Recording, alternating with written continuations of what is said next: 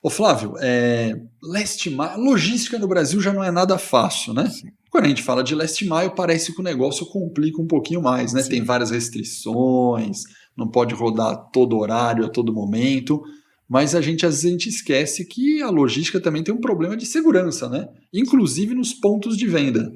Você tem uma história aí interessante, né? De uma entrega que foi feita lá na Coca-Cola. Sim, tem uma história muito interessante.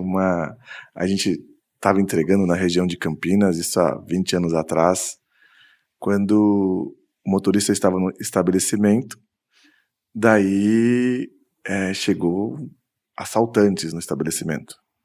E os assaltantes estavam ameaçando todos os clientes, inclusive os motoristas e o dono do estabelecimento. E o motorista, de forma inusitada, ele entra dentro do freezer e esconde dentro do freezer. Freezer ligado. O freezer ligado, Ligado. ligado. E daqui a pouco o assaltante vai lá, assalta o estabelecimento e cadê o motorista?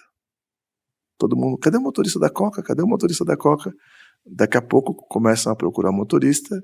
Quando não, abre o freezer e o motorista estava dentro do freezer ali, escondido naquela época. Bom, é bastante difícil, a gente tem trabalhado forte para cuidar dos nossos motoristas, porque segurança é um tema relevante. Perfeito. Não, e você imagina o frio que esse cara pode ter passado lá, né? Eu não sei se ele ficou tremendo de medo ou de frio. Ou de frio. Que loucura.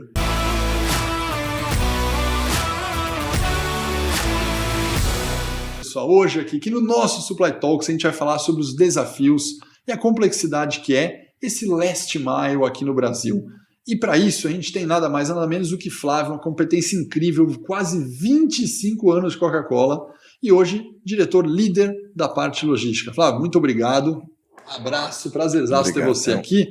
Bruno, muito bem-vindo. Obrigado de novo pelo convite. Muito obrigado, tá aqui de co-host novamente, né? Vamos nos divertir aqui com o Last Mile, hein? Vamos sim. E Flávio, o que você acha? A gente comentou rapidamente sobre segurança, mas se você tivesse que colocar um top 3, tem um monte, a lista é grande, mas um top 3 desafio de last mile, qual você acha que você colocaria esse top 3 last mile de entrega no Brasil? Eu acho que o primeiro ponto é o match custo-serviço. Certo? Acho que já entra duas variáveis importantes, né? A gente tem falado muito do super serviço. Isso gera um custo adicional que nem sempre o cliente espera esse super serviço. É isso aí. Né? E daí gera um custo para o nosso negócio que não é, que às vezes é meio ofensivo na cadeia de suprimentos. Perfeito. Então daqui a pouco a gente comenta sobre ele. Então, é a questão de custo do serviço e falando do super serviço, que eu acho um tema super legal. O segundo grande desafio de last mile. O segundo é entender como segmentar grandes centros, médias cidades e periferia, né, do nosso país. Acho que é importante a gente entender como segmentar e como ter esse ponto de equilíbrio na cadeia de distribuição também é muito importante. Tá, porque, obviamente, aqui a resposta meio óbvia a gente não para pensar muito, quem não é o dono ali, né, da cadeira de responsável do last mile.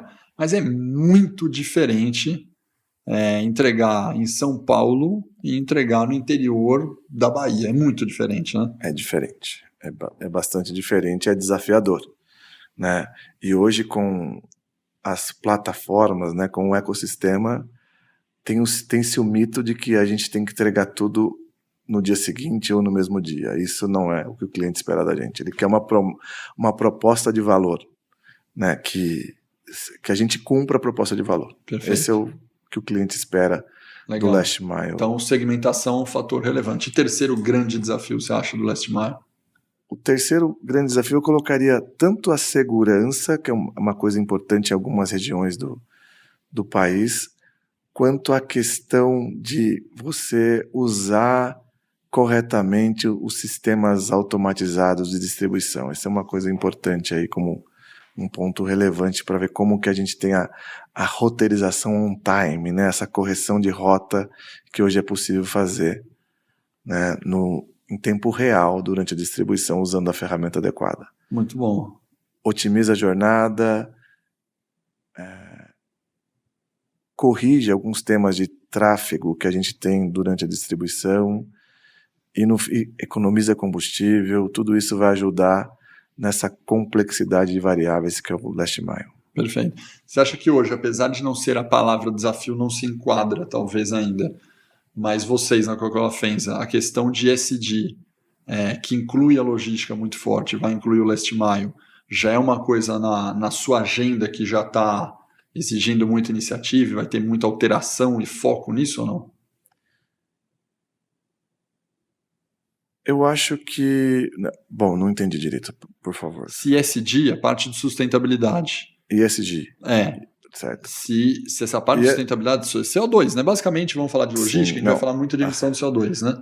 Se isso já está entrando numa agenda de falar, cara, isso aqui vai ser um desafio para eu bater minha meta de CO2 para os próximos 10 anos. Não, a gente tem muitas promessas, né, enquanto o sistema Coca-Cola de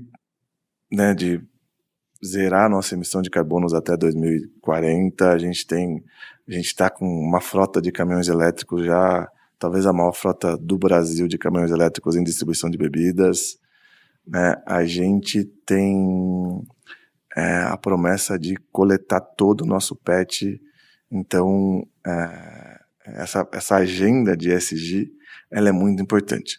Agora, se você olhar como um negócio como um todo, é muito relevante como que a questão de olhar as 3 variáveis importantes para a sustentabilidade.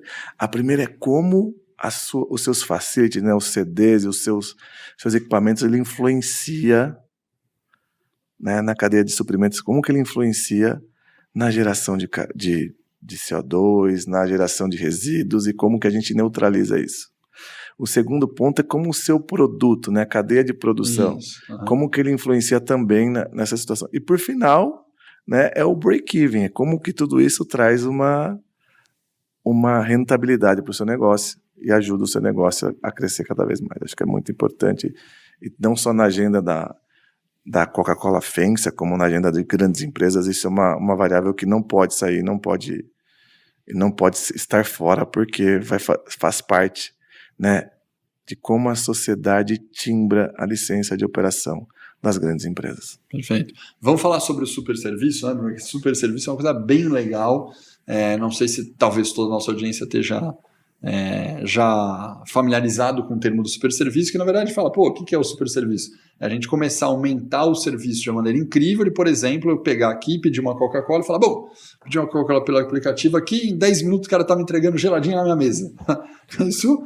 Né? Antigamente era impensável, antigamente ia falar, nossa, eu vou ter que pegar meu carro, ir até o supermercado, comprar garfo, pôr em casa, gelar, né? Pensando lá atrás. E hoje em dia você tem umas facilidades de falar. E aí acho muito legal você comentar. Por quê? Porque eventualmente, né, esse super serviço que parece um negócio incrível, ele tem um custo alto e nós, agora eu falar nós, vou inverter o prisma aqui, nós consumidores, não vamos querer pagar por um negócio tão caro, a gente quer que a Coca-Cola faça super serviço, mas que eu não quero pagar por um frete mais caro ou por um atendimento desses. O que vocês já estão vendo sobre essa questão? Como vocês estudam super serviço que vocês têm de ideia? Na verdade, o importante, né, é você segmenta o seu cliente, e não só a Coca-Cola, como grandes empresas, ela tem o order entry, né, como a gente capta o pedido, né, hoje tem várias formas de captar o pedido, seja com o vendedor, ou seja, aquela forma mais usual, que a Coca-Cola FEMSA, ela mantém o vendedor no ponto de venda, isso é um diferencial que ajuda a gente em muitas coisas que a gente está crescendo, assim como tem o WhatsApp, né, o chatbot, como tem o portal Juntos, assim como o Mercado Livre tem a sua ferramenta e tudo mais. Então, isso traz para nós muita informação, traz para o mercado Perfeito. Muita informação para você entender.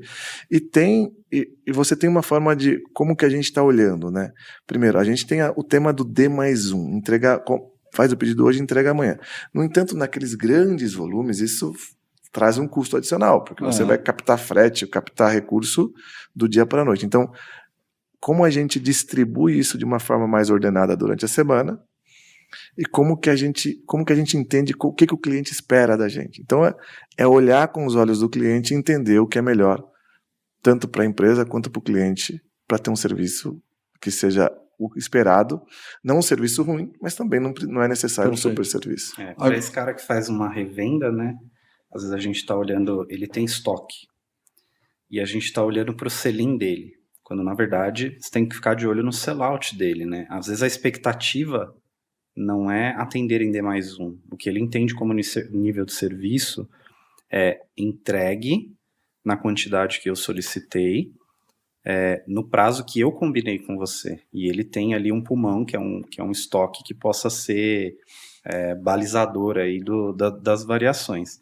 E não é o caso de alguns pequenos estabelecimentos que estoque é caixa, né? E ele precisa de um ressuprimento maior. Ou seja, a gente precisa entender bem o que é a expectativa e como que eu encaixo o serviço nisso, porque gera custo, né, Flávio? Exatamente. E a gente tem formas, né, de, entendendo o estoque do cliente, de antecipar ou postergar alguma entrega para algumas redes, que vai ajudar a gente a distribuir e otimizar o nosso last mile, ou seja, a utilização da nossa frota de uma forma que vai atender o serviço do cliente e vai otimizar o nosso custo. Porque o que eu ia comentar, você matou. Não, eu ia comentar aqui, para nós audiências, a gente pensa que o cliente da Coca-Cola somos nós, pessoas físicas, né? Mas, na verdade, a gente está falando principalmente dos estabelecimentos e distribuidores, Sim, né? exatamente. Confere, né? Vocês hoje não têm um D2C, um Direct to Consumer, de vender direto por aplicativo para mim, por exemplo, pessoa física. A gente tem estudos e tem provas de conceito que a gente está fazendo pilotos. Mas hoje não tem ainda disponível de vender direto para mim. Ou seja, o cliente, quando a gente está falando aqui da Coca-Cola FEMSA, é o bar, é o restaurante, ou um distribuidor, se chama de cliente também, exatamente, né? Quando você tem um distribuidor, que esse cara vende num local lá, né? Exatamente. E aí você está falando de sell-in e sell-out, para quem não é do ramo, né, do varejo. O sell-in é quando você vende para o bar, por exemplo, o sell-out é quanto que as pessoas físicas compram ali no ponto de venda, no supermercado, no mercadinho, no bar, certo? Exatamente. Perfeito. Esse consumidor, por exemplo, que é o cliente, na verdade, que é um B2B, digamos assim, né? B2B, B2C, ele tem essa vontade igual o consumidor final aqui, por exemplo, de receber em uma hora, dias. Humano. Como que é essa lógica hoje? Você fala, puta, entregar em D+1. Por causa do estoque que ele falou desse pulmão dele, eles têm uma expectativa de entregar no mesmo dia? Tipo, acabou a Coca-Cola, liga, entrega para cá no meu bar. Como que é essa dinâmica, assim, desses distribuidores, supermercados, stores, etc? A gente tem um planner de vendas, né, que vai definir geralmente os dias de captação e entrega de pedido de cada cliente. No entanto, né, tem variáveis como temperatura, alguns eventos, né, feriados que vai mudar essa dinâmica do dia a dia. E a gente tem capacidades que durante a semana vai mudando e vai trazendo para a gente. Assim como a gente tem frota spot que pode ajudar a gente nesse D+1. No entanto, o que o cliente quer é que cumpra a promessa dele. Que dia Perfeito. Que você vai entregar? Né? Isso para nós é um tema muito importante. Quando você compara, né, o que o mercado faz e o que nós fazemos, a gente entende que a gente está bem à frente, né, em termos de last mile e de satisfação do cliente. Né? Vocês medem o indicador OTIF, on time in full lá ou não? A gente mede OFF, né, Order Fulfillment, a gente mede a efetividade de entrega, né, o retorno, e a gente tem uma pesquisa de satisfação dos clientes, que mais de 90% dos clientes estão satisfeitos com o nosso serviço de entrega. Isso é muito interessante. Perfeito. Qual a periodicidade que você coleta essas pesquisas aí? É semanal. É semanal, o tempo todo. O tempo todo é amostral, é semanal, e é muito interessante isso pra gente. Mas é semanal todos os clientes? Não, ou uma amostra de clientes. Uma amostra de clientes. Quantos X milhões de clientes? Assim, não... É muito cliente, assim, tem bastante cliente na Coca-Cola FEMSA, mas são... E gira muito também, né, Flávio? Gira bastante. Tem abertura e fecha, principalmente estabelecimento bar pequeno, né, que eles atendem, ele fecha e abre muito, né? Você tem essa mudança de endereço... mais perto da quantidade de clientes, não é um número significativo, mas a ideia é esse win-win, né? Nós, os clientes, e agora essa questão de ecossistema. Imagina uma padaria tem mais ou menos lá 50 fornecedores, né? se você olhar a dinâmica da Amazon, né, ela quer cada vez aumentar mais essa seletividade através da satisfação dos clientes. Então, a gente entende que daqui a um tempo uma padaria vai ter 5 clientes, 5 fornecedores. E nós queremos ser o preferido dele e sustentável, né? Isso é importante para o nosso negócio. Então, é assim que a gente trabalhando, aumentando a satisfação do cliente, aumenta o volume, reduz a escala, reduz custo, a gente melhora preço, traz mais fornecedores e vai gerando essa roda de crescimento importante para o negócio, Bruno. Boa, bacana. E aí você tem, por exemplo, nessa questão de gestão, uma crescente adoção de tecnologia lá na Coca-Cola FEMSA para fazer esse last mile lá, né? Como está essa questão de tecnologia? O que vocês conseguiram pegar agora? Já tem essa segmentação, os algoritmos de rota, o que vocês usam de stack de tecnologia hoje para dar esse salto no last mile lá? É muito importante.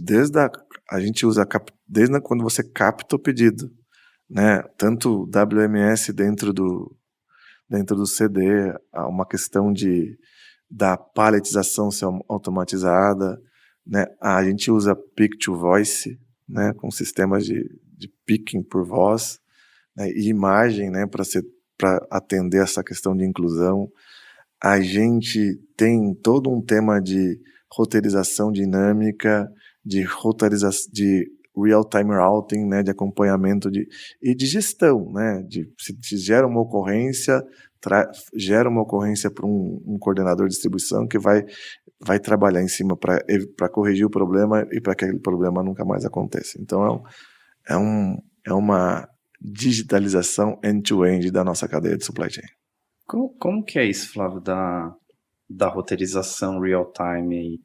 Se você tem uma mudança num evento que você já planejou, você ajusta esse evento com o veículo em rota? É como se fosse o Waze, né? Você tá ali, você viu por exemplo, você tá na marginal e aí tem um acidente, né? Se o caminho é pela marginal, ele vai mudar. Se tem clientes ali, ele vai otimizar a rota para no menor tempo, né, você conseguir terminar a rota e otimizar essa questão do real-time routing.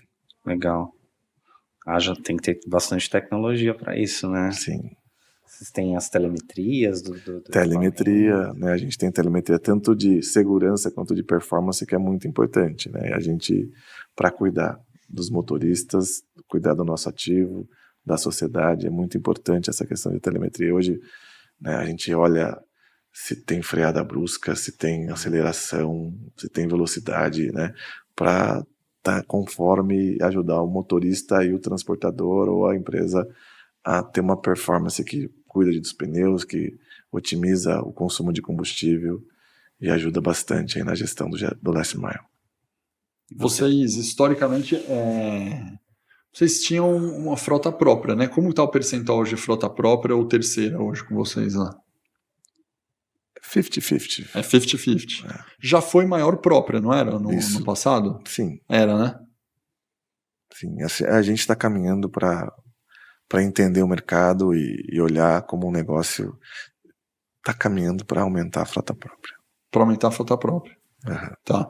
E aí, essa lógica, eu perguntei disso que eu lembrei. Ele falou telemetria e tal. Quando você tem uma frota própria, você tem uma administração muito maior, né? Porque a sua frota é sua, você faz teoricamente do jeito que você decidir, com os motoristas, toda a informação vem direto para a sua base.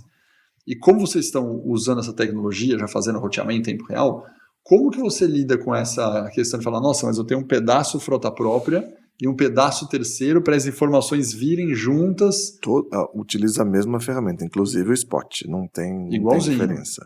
Então, na hora da contratação de um terceiro, ele já sabe que vai ter que passar... Nem é mais parceiro, né? A gente entende como um parceiro de negócio que está ajudando bastante a gente. E toda a ferramenta que tem na própria tem também no terceiro e no spot, não tem diferenciação nenhuma. Não tem diferenciação nenhuma. Mas eles não são necessariamente exclusivos, né? A maioria são exclusivos, são exclusivos e eles mesmos que às vezes contratam os spots para ajudar a gente ou a gente contrata direto. Isso é um tema importante, né? E que o mercado usa, não é só Coca-Cola FEMSA. Não, isso é padrão de mercado. Não, a gente tem players que é 100% terceirizado, não exclusivo, tem de tudo, né? Exatamente. Na verdade, no mercado tem gente que tem a própria, tem gente que tem 100% terceiro, tem gente que tem operador logístico, aí do operador logístico na ponta tem um terceiro, que tem o terceiro caminhão, tem até quarteirização, eu brinco que tem quinteirização, né, no sistema de transporte. Sim. Senão na ponta pega um negócio maior ainda. Deixa eu tirar uma dúvida que eu sempre tive, né, principalmente agora com a ascensão, né, das redes sociais e todo mundo tá com um telefone, um celular e poder gravar e fazer vídeo. E vocês têm boa parte da frota com identidade visual da marca, né? Sim. Nos últimos anos, como que tem sido cuidar da marca na distribuição? Porque antigamente, né, sei lá, um caminhão da Coca-Cola se envolvia em um acidente, né, ou parava em algum lugar, numa ponte, e isso dava notícia. Hoje tudo dá notícia, né? Como é que tem sido administrar a marca na distribuição? Gera muita ocorrência para você no dia a dia? A gente tem um modelo de operação de distribuição, né? A gente tem um modelo padronizado, né, que tem vários, que cobre desde da captação do pedido até a saída da rota, a entrega no cliente, que a gente treina os motoristas, né? Tanto em comportamento como em um treinamento técnico, né? Nós temos simuladores, né, espalhados pelo Brasil que vai ajudar a gente a capacitar, né, para entender as questões das leis de trânsito, para entender onde para, né, e ajudar a gente a valorizar a marca, não só da Coca-Cola FEMSA, mas as empresas estão caminhando para isso, né? Então, por exemplo, uma coisa muito importante, hoje nós temos na nossa pesquisa de satisfação, a gente tem um item que chama cordialidade, né? A gente pergunta para o cliente o quão cordial é a nossa equipe de entrega, e para uma grata surpresa a gente está numa evolução constante, isso está afunilando para ter uma equipe muito cordial que ajuda bastante nessa questão de melhorar a nossa imagem, de trazer resultados para a nossa marca. Boa. Para controlar tudo isso que você tem de dados, hoje tem um negócio, entre aspas, que é velho pra caramba, eu diria assim, mas está na moda, está numa hype, que é torre de controle, né? Control Tower. Que na prática você tem lá uma sala, né? Ou, mas esteja, lógico, hoje tem tudo no celular, você tem informação nos BIs em tempo real. Mas no fundo você tem aquela sala lá, CT, né? Na estrada que você tem um monte de televisão e acompanha tudo que está acontecendo em tempo real, consegue ligar para o cliente e tal. Então isso é uma coisa que muitas empresas estão adotando, já faz acho que uns 5 bons anos assim.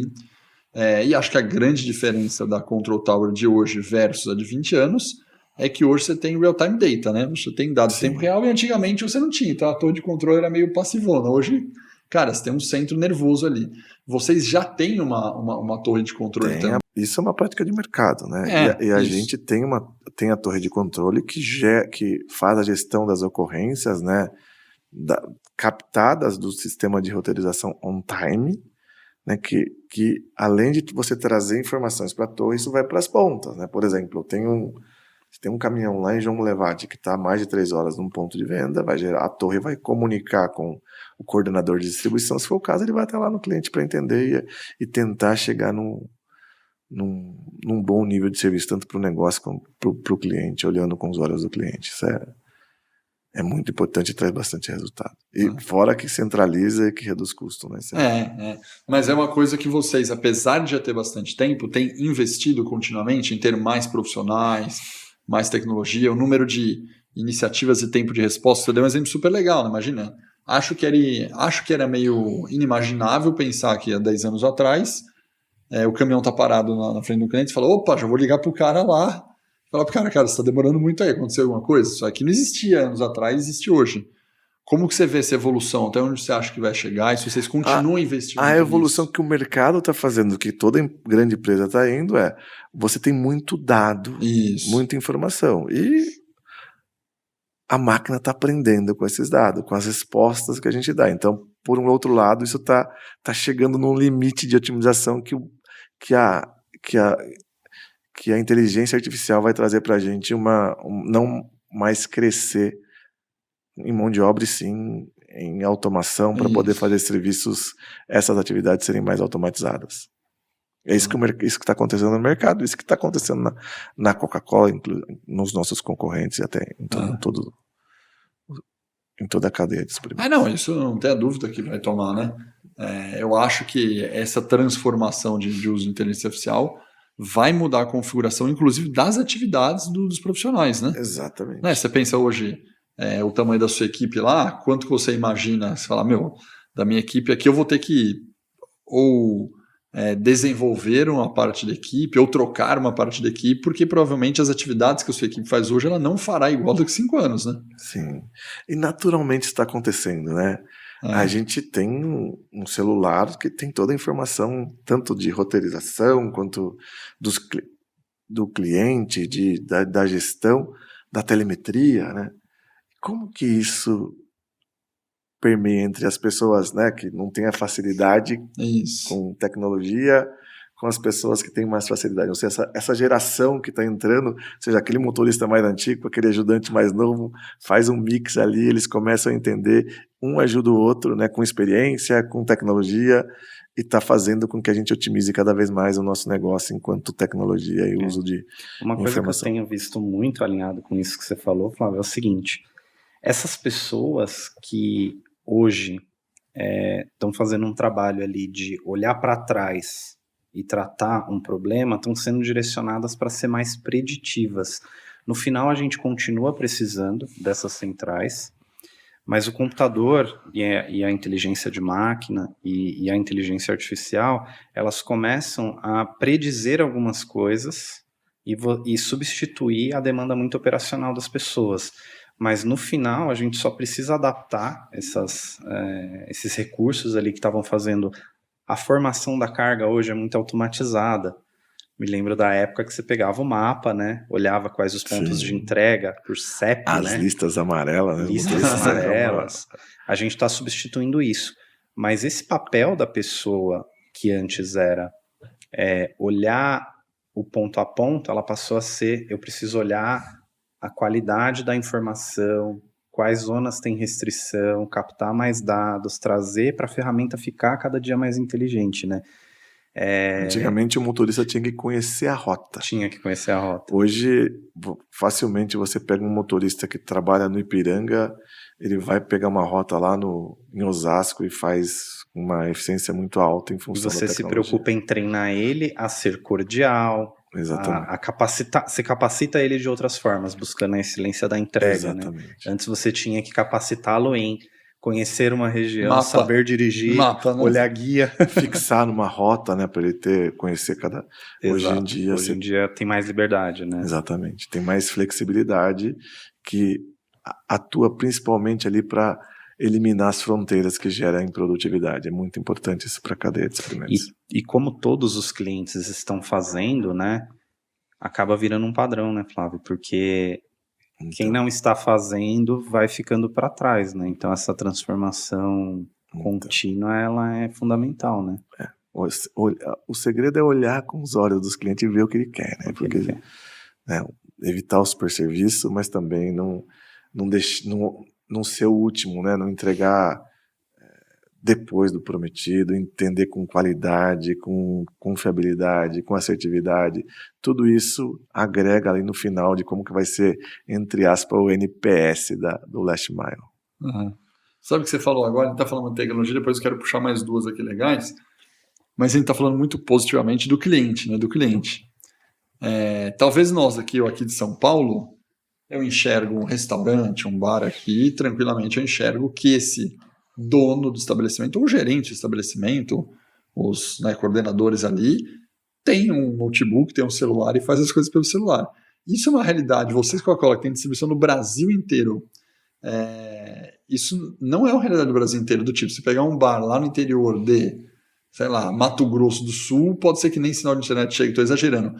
Você vê, o cliente, às vezes a gente acha que tem tecnologia na ponta e não tem ainda. Como que é nesse Brasil tão grande que a gente tem?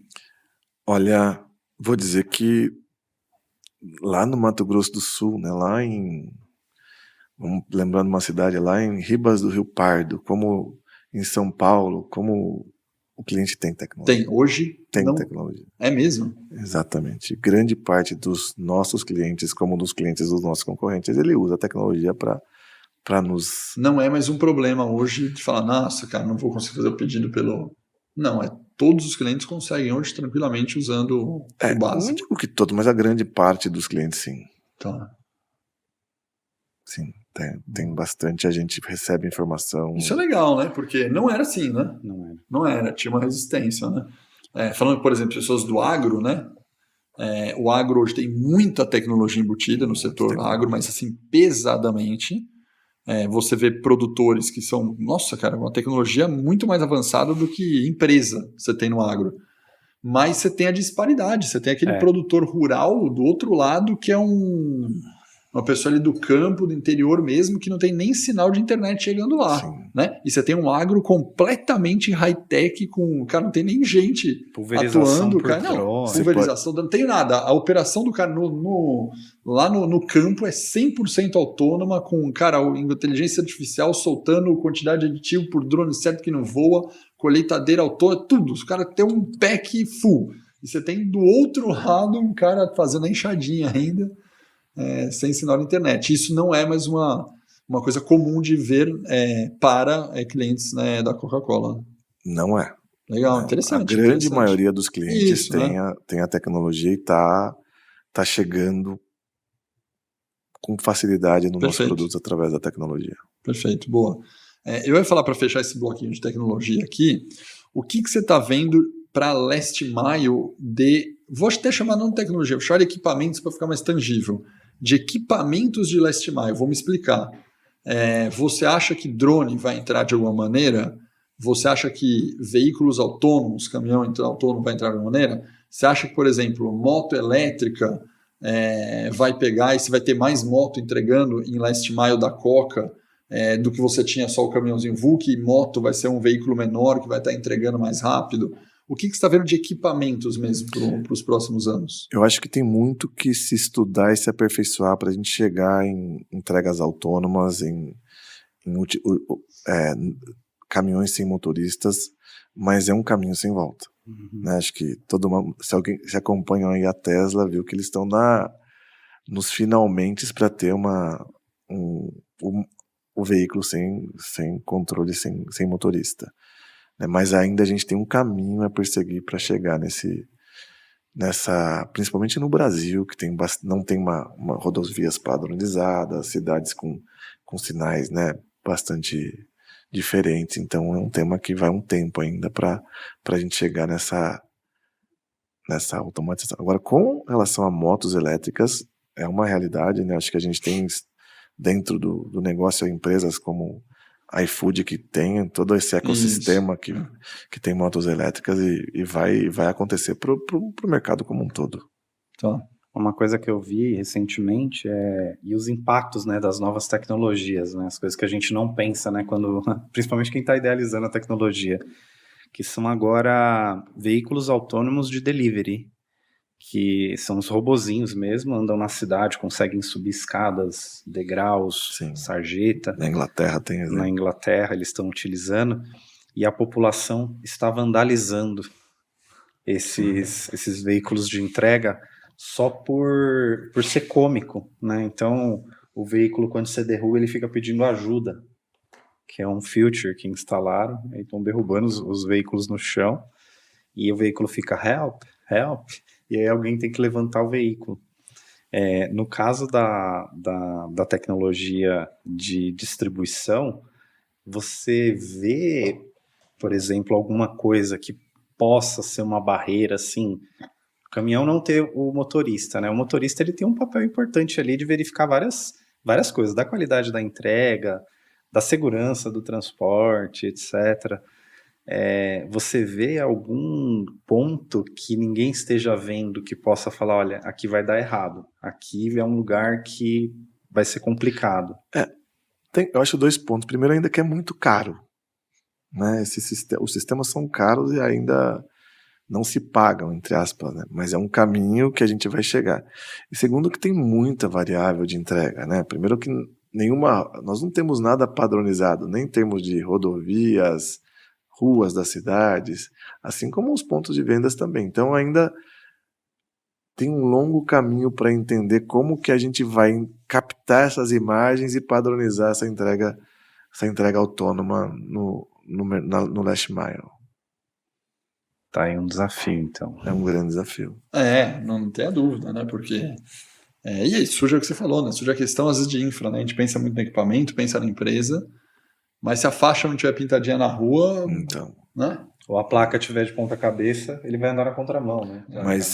Mas as câmeras estão aprendendo, né? Isso. Então isso vai começar a virar padrão, né? Vai começar a entender que, olha, lá na rua X tem uma escada, na outra tem uma rampa, e assim, como que eu vou entregar com escada, como que eu vou entregar com rampa, né? Isso vai evoluindo, cada vez mais tem dados e vai conduzir o veículo de uma forma... Você tem razão. Uma forma inteligente. Então é um caminho, mas é muito caro. Mesma coisa é que você comentou dos elétricos, né? Como que vocês estão enxergando, né, o mercado mesmo? Tem muita gente falando que a adoção do caminhão elétrico ela ainda é cara, certo? Mas quando a gente faz um estudo, eu pego dados de mercado, né, no meu caso aqui, eu vejo que ele tem ROI que é longo, não é de um ano, sei lá, às vezes tem gente que aponta com 6, tem gente que aponta 7, 8, 9, mas não passa de 10 anos. Como que vocês têm visto essa questão do elétrico por essa questão de custo, ROI, investimento? Acho que todo o mercado vê assim que o elétrico ainda é caro, mas o custo de manutenção é mais barato. Isso. Né? O custo no longo prazo ele se torna mais barato, e se você olhar assim, tem uma viabilidade. Eu acho que o caminho é otimizar esse custo de aquisição. Eu acho que as concessionárias estão nesse caminho e num curto prazo tem mais concorrentes, tem mais players aí que vai ajudar a questão dos caminhões elétricos serem mais... Estão trazendo outras fábricas para o Brasil. Elas precisam de volume, né, no final. Né? Elas precisam que o mercado migre o consumo para esse modelo, né? Porque como a escala é pequena, o custo ainda é alto. Mas se você for analisar, um carro elétrico ele deveria custar muito mais barato do que um carro ou um equipamento, uma empilhadeira, qualquer equipamento que seja elétrico, porque ele tem uma simplificação mecânica muito maior do que uma combustão, né? Só falta volume. Acho que quando as montadoras tiverem o mercado migrado para e dedicado para, tende a diminuir o custo. Eu acho que com o tempo, o volume, mais a capabilidade, né, que as concessionárias estão trazendo vai chegar nessa otimização de custo. Não tenho dúvida que vai ser uma realidade para o mercado como um todo. Você acha que a questão do abastecimento, ou seja, de pontos de recarga de energia, é um desafio? Vocês têm esse desafio hoje? Como que vocês trabalham com esses pontos de recarga? E isso pode ser um limitante que ainda também não pega volume, que a galera falou, mas também não tem onde recarregar? Como que vocês trabalham essa dificuldade hoje? Hoje, a gente usa a autonomia do veículo para poder roteirizar e não ter impacto na recarga. Não é viável a gente recarregar um veículo porque vai estourar a jornada e vai ter que ter troca de tripulação, vai ser um problema para o negócio. Agora, nas grandes distâncias, né, se você olhar no longo prazo, né, para você fazer entrega, vai ter que ter esse tema e vai ter que ter como que a gente vai ter os pontos de carga. Então, basicamente, o que você está falando é o seguinte, na verdade, você programa, vou dar um aleatório aqui, o caminhão vai sair carregadinho, você programa, se o caminhão aguenta 8 horas, você ganha 6 horas, 4 horas, você faz o roteiro de 4, já sabendo que vai acabar a carga dele, ele volta para o posto de recarga, é isso? É basicamente isso. Os grandes centros, o raio de entrega, né, que as empresas, ele é menor do que 100 km. E geralmente um veículo roda 100 km. Roda, até mais, né? Então é um tema que traz pra gente uma facilidade. Nos grandes centros já tem essa viabilidade, mas por exemplo, tem centros de distribuição que tem um raio de 200 km. Aí já não dá. Aí já não dá, e teria que ter pontos de recargas que estouraria a jornada do motorista e não poderia ser feito. Boa. Muito bom, Flávio. Chegamos ao final aqui, só que tem as perguntas finais. Perguntas para o Flávio responder, que são as mais divertidas, não necessariamente mais fáceis, hein, Bruno? É verdade. Não necessariamente mais fáceis. A primeira pergunta que a gente tem para você é o seguinte, uma frase de impacto do Flávio. Pode ser sua, de um autor, você que sabe, uma frase de impacto. Uma frase de impacto. Pode ser criada por você, ou você lê, ou você usa com a sua equipe, você escolhe uma frase que você fala, essa é uma frase legal. Não deixe que as coisas do mundo destruam a sua capacidade de sorrir. Não deixe que as coisas do mundo destruam a sua capacidade de sorrir. Muito bom, hein? Não é fácil, né, fazer essa prática no dia a dia, né? Não é uma Não é frase. fácil. Não é fácil. Você tenta praticar isso com... Tento. Acho que o sorriso, ele traz bons fluidos que melhora o seu dia a dia e traz para você boas ideias, gera uma adrenalina gostosa. Bom, Pelo contrário, você está enfesado, fica, né? Gera cortisol, que gera estresse, que você se bloqueia. Isso não é legal. Vamos sorrir. vamos sorrir, boa, boa. Segunda pergunta é, um conselho que você recebeu de alguém te deu, pode ser familiar, ou pode ser ex-chefe, não sei o que você quiser, mas um conselho que você deu que você guarda até hoje e gostaria de compartilhar. Segurança é soberana. Segurança soberana. De quem você recebeu esse conselho? Eu recebi do meu pai, que era um motorista. Meu pai foi motorista por 47 anos. Caramba! Motorista de caminhão? Motorista de caminhão, por 47 anos. Então toda a tua história ainda tem uma... Eu aprendi a dirigir um caminhão. Não foi com carro, foi com caminhão, né? Era caminhão de boi, numa fazenda com 14 anos. Não podia, né? Mas aconteceu. Caramba! Naquela época podia. Naquela época podia. Hoje não pode. Não pode, mas aprendi a dirigir num caminhão.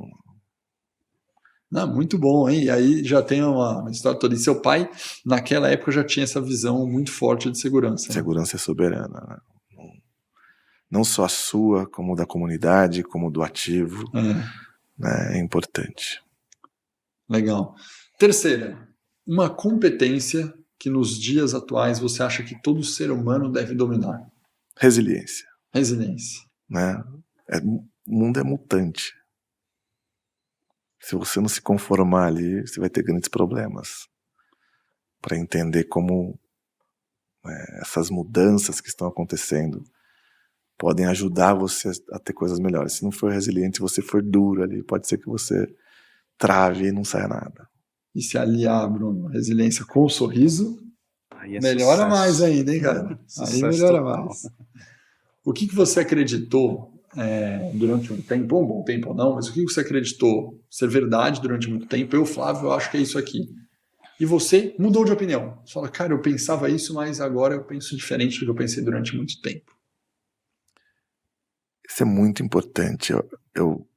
A gente vem de uma sociedade muito machista, né? E a gente acreditava eu acreditava que a diversidade não estava alinhada com produtividade. E eu vejo hoje que, de fato, quanto mais diverso, quanto mais incluso você é no seu negócio, mais produtivo, mais atrativo fica. E a gente tem grandes ideias, muda rápido. Né? Então eu achava que não, mas de fato, principalmente nesse mundo de entrega, tem trazido saltos quânticos aí em resultados. Não, é interessante você falar, né? Porque a Coca-Cola para o mercado, pelo menos minha opinião aqui do lado de fora, né?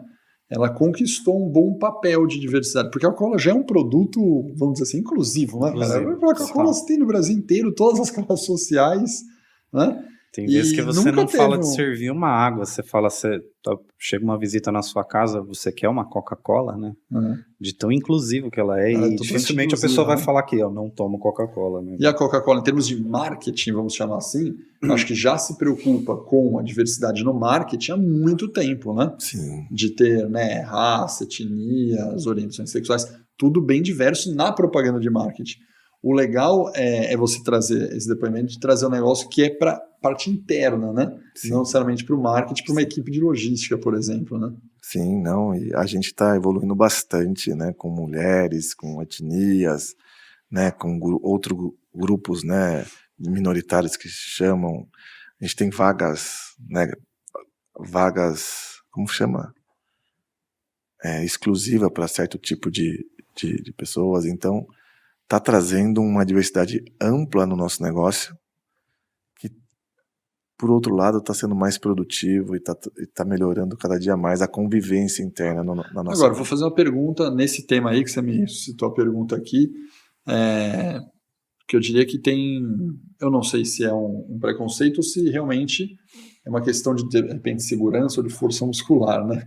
Na operação logística, ainda há uma predominância masculina, né? Acho que em termos de raça, digamos, etnia, até que tem diverso, né? Pode ter brancos e negros ali, mas em termos de homem e mulher, tem muito mais homem trabalhando no caminhão, na operação, do que mulher. Você vê essa questão de puxar essa diversidade? Sim, sem mesmo? Sombra de dúvida. Ou você acha que é uma área até por segurança? Vamos pensar no lado positivo, não vou nem falar em preconceito, mas porque às vezes a gente fala muito do preconceito e esquece de ver uma coisa do tipo, um exemplo, o cara vai ter que carregar a caixa do caminhão. Muscularmente, o homem, cientificamente, tem uma força maior. Mas não, a mulher também tem a capacidade de carregar muscularmente, e em termos de assalto, por exemplo, não é porque é homem e se for mulher assalta, não é... Você acha que não? Vai dar para quebrar essa barreira? E já está sendo quebrada. Não tem diferença. Né? Esse é um tabu que eu acreditava que existia e hoje eu vejo que na prática é o contrário. Né? Quanto mais diverso... É um tabu, né? Então. Porque tem uma parte que eu digo que pode não ser pelo preconceito e sim por segurança e por parte muscular, né? Digamos assim. Sendo que acaba sendo as desculpas, né? Acabam sendo as desculpas. Exatamente. Isso, né? Vai bater caixa, então... O mercado está assim, nós temos CDs com 40% de público feminino e a gente está se acertando, sabe? Caminhando e corrigindo esse gap aí, que é muito importante. Boa, bacana. E para fechar, uma música... Tocando em frente. Tocando em frente. De quem que é a música? Do Almir Sater. Almir Sater, isso que eu ia falar, eu não ia errar. Tocando em frente. Essa música eu gosto muito, é um clássico, né? Exatamente. Da MPB brasileira. Vamos ver se a gente consegue por aqui, Tocando em Frente. Tocando em Frente, essa é a música aqui, certo ou não? Essa daí. Mas não podemos deixar, são os caras que cortam da gente no YouTube, no Spotify. Né? Bruno, muito obrigado pelo nosso bate-papo aqui. Flavião, muito obrigado. Eu que agradeço, foi um prazer enorme. Digo que aprendi bastante. Não, nós que aprendemos. Não, que a gente aprendi bastante. Gostoso estar aqui, estar junto com vocês. É uma prática incrível. Beleza. Pessoal, esse foi o nosso Supply Talk sobre Last Mile, sobre uma empresa que todo mundo, vou exagerar aqui, mas no mundo conhece e ama, que é a Coca-Cola. Se você gostou, não esqueça de compartilhar isso aqui em todas as redes sociais e em todos os agregadores de mídia. Beleza? Um abraço e até o próximo Supply Talks.